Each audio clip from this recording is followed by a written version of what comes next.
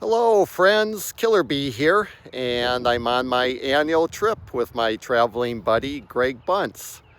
This time we're up in the western part of Michigan's Upper Peninsula, and we're going along the old DSS&A from Sidnaw to Nestoria. The Duluth South Shore and Atlantic operated from Duluth and Superior across northern Wisconsin and upper Michigan to Sault Ste. Marie and St. Ignace with a branch into the Keweenaw Peninsula. We are going to explore the inactive 23-mile portion from Sidnaw, Michigan to Nestoria. Through the years, this line became Sioux Line, Wisconsin Central, and in 1991 was sold to the Escanaba and Lake Superior. John Larkin bought this line, and from what I hear, the reason he bought it was he had visions of getting to Houghton and Lake Linden. The E&LS had trackage rights from Nestoria to at least Baraga. And then the state owned the track from just north of Baraga up to Lake Linden.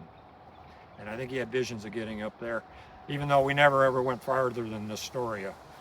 The cars we got at Nestoria came off the WC at Bovine. They loaded pulpwood there.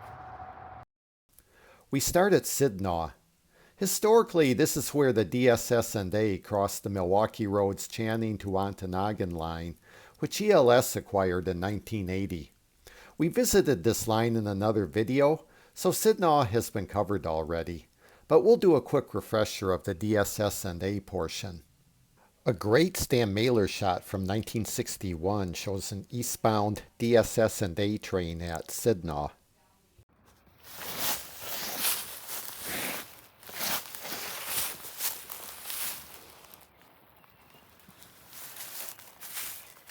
And you said this is the old South Transfer Track? South Transfer Track, yep. It ran down into, the Sioux Line and the DSS&A had a passing track here, west of town, west of the Diamond down here. And it ran down into the siding, and then there was two switches. The switch to the passing track, and then just past that there was another switch going down to a sawmill. And that was joint track with the DSS&A and the Milwaukee down into the sawmill, so they could both serve it. Standing at the site of the depot and looking west across Ontario Street, we see the transfer track that connected the DSS&A and the Milwaukee Road. The home signal for the westbound DSS&A main directly in front of us protected the crossing, and we see the Milwaukee Road main, now the E&LS. We walked eastward down the station platform along the DSS&A toward Nestoria. Some of the depot foundation is still visible.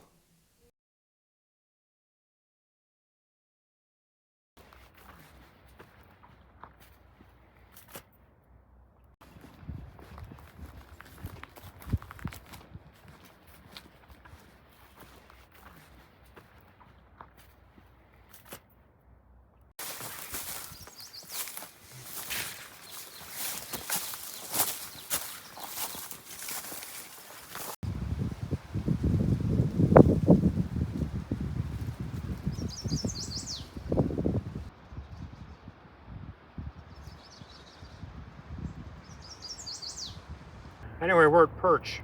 This is Perch River Road. And what was here once? There was a siding station. It held the grease. Okay. So the old curve greaser was here. And the box that held it is over here.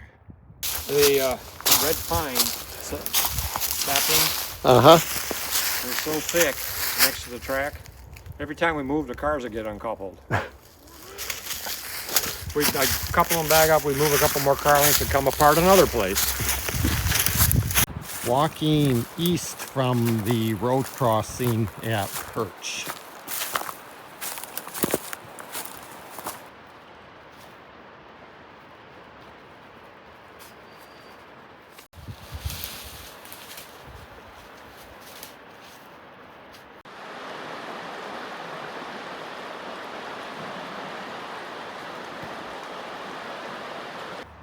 culvert over the Perch River that the DSSNA built in 1912 to replace a pile trestle that went all the way across this valley.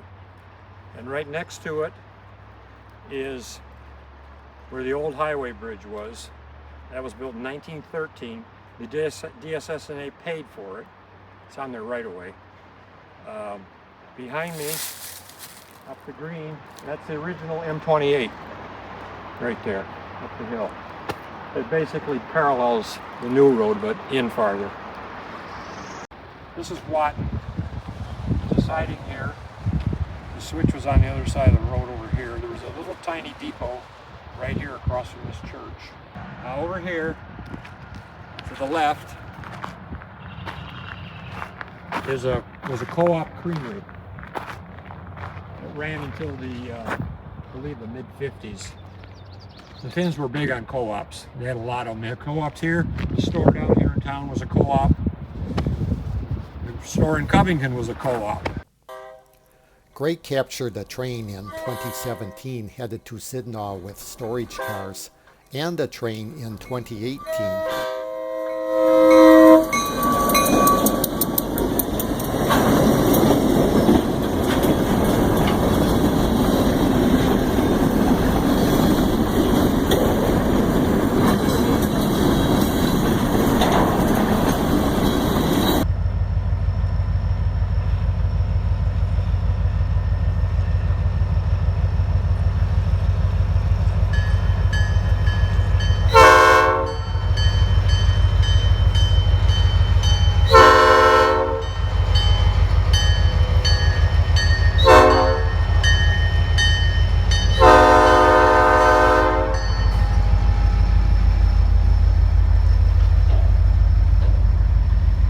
As elsewhere, today it is just a deteriorating track getting overgrown.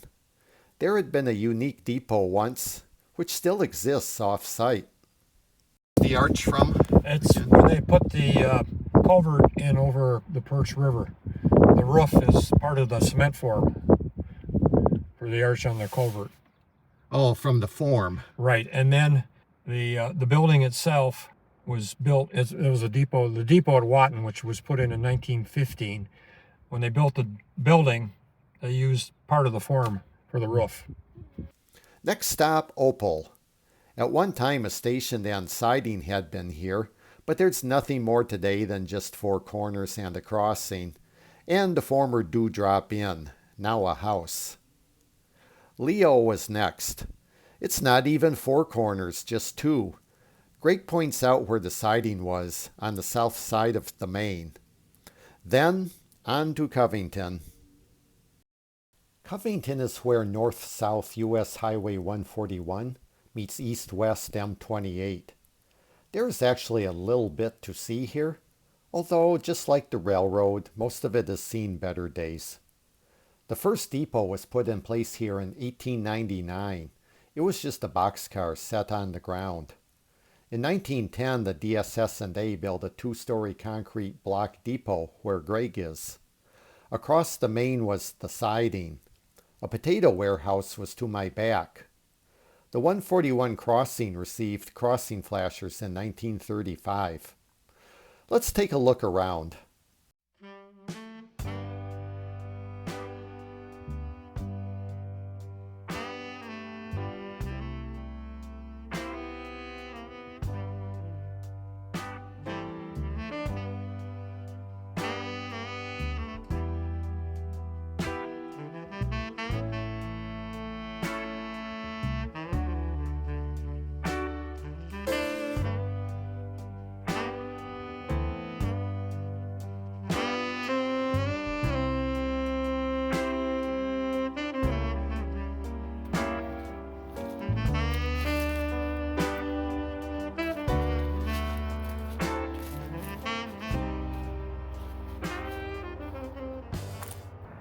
So what would this have been a switch leading into? This was on the siding in Covington.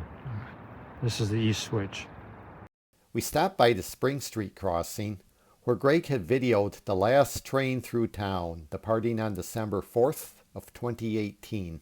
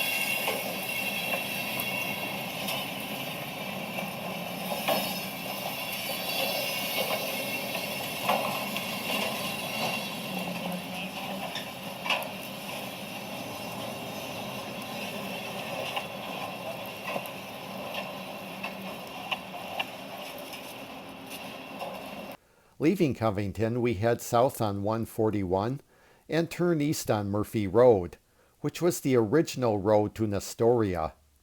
Appropriately, it crosses the Murphy River.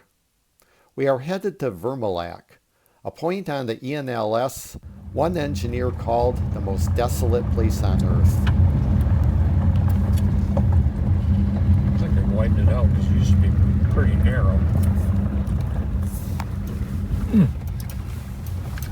Could be their logger back here or something too. That's the rocks. Yeah, how far do we drive? Until we can't drive no further. Oh.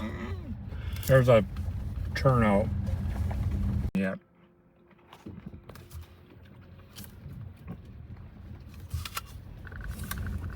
I don't think you want to try to go through there. Not It's really. stuck.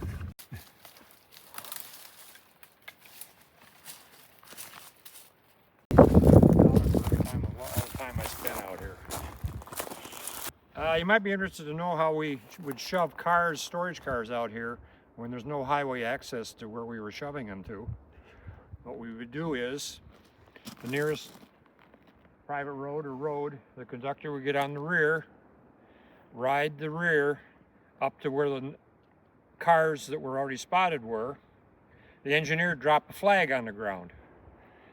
He'd pull the conductor up to where the flag was, conductor would get off, and the engineer would just shove the train back to where the flag was. We did that I don't know how many times. Between Covington and Nestoria, there's really not too many roads in here. It's mostly swamp.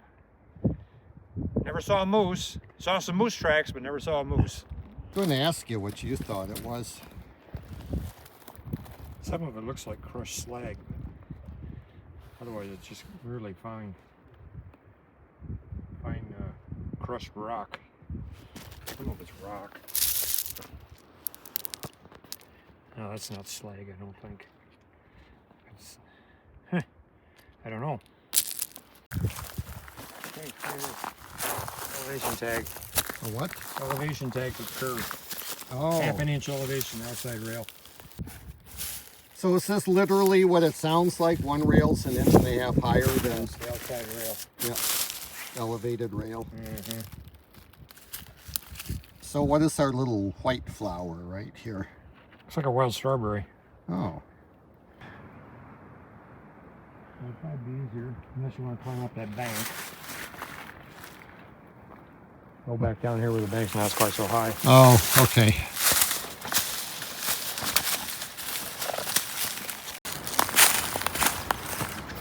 Well, the railroad just before you get there is up on an embankment, and then there's a river, and just past that was. Moose print. Mm-hmm. Okay, marsh marigolds. Yes.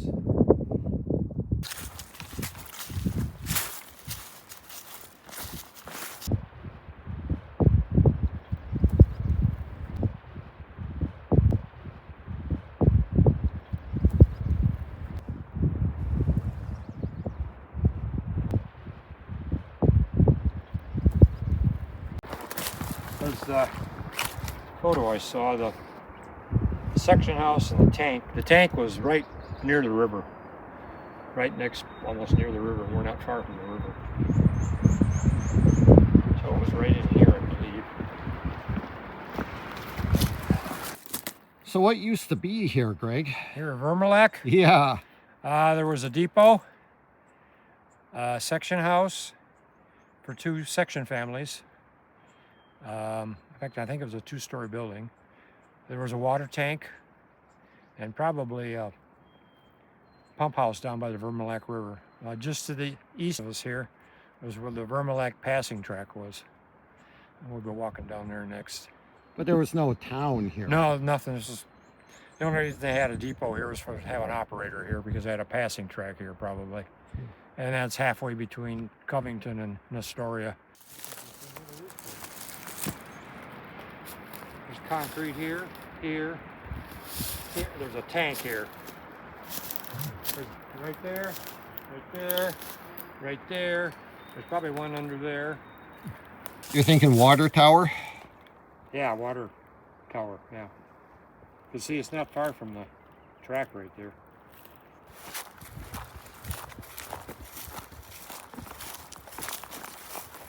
Okay, we went back to 28, east on 28, and now we're going south down King Lake Road. So this is old 28, the same 28 that we were just driving on when we were in the middle, or walking along, I should say. Right here, here's the crossing. Right there's where that car was. Oh. Right there in the ditch. Well, they took the crossbows down.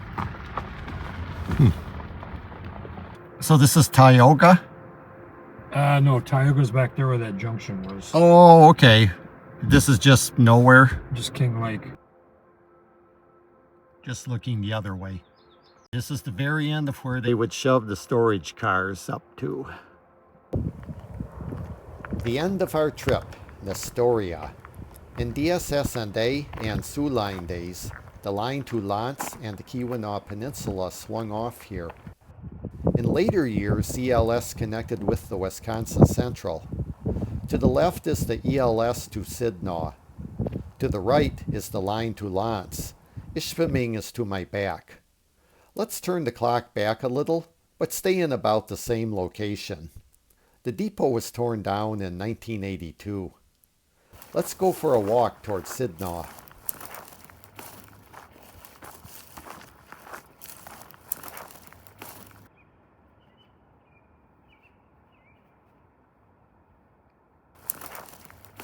I keep borrowing a rail.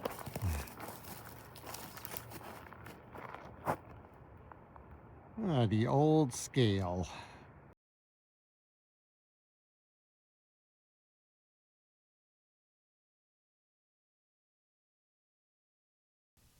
Past the scale house, the trees got thicker, so we didn't make it down to the Y-switch. A couple other buildings still remained, but the stuff inside this one did not look railroadish.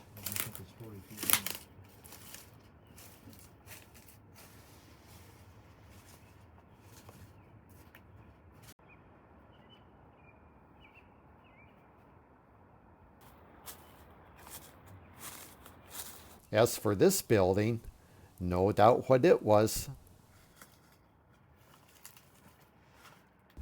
Over on the line leading up to Lance, we see the water tank location. And that concludes our tour.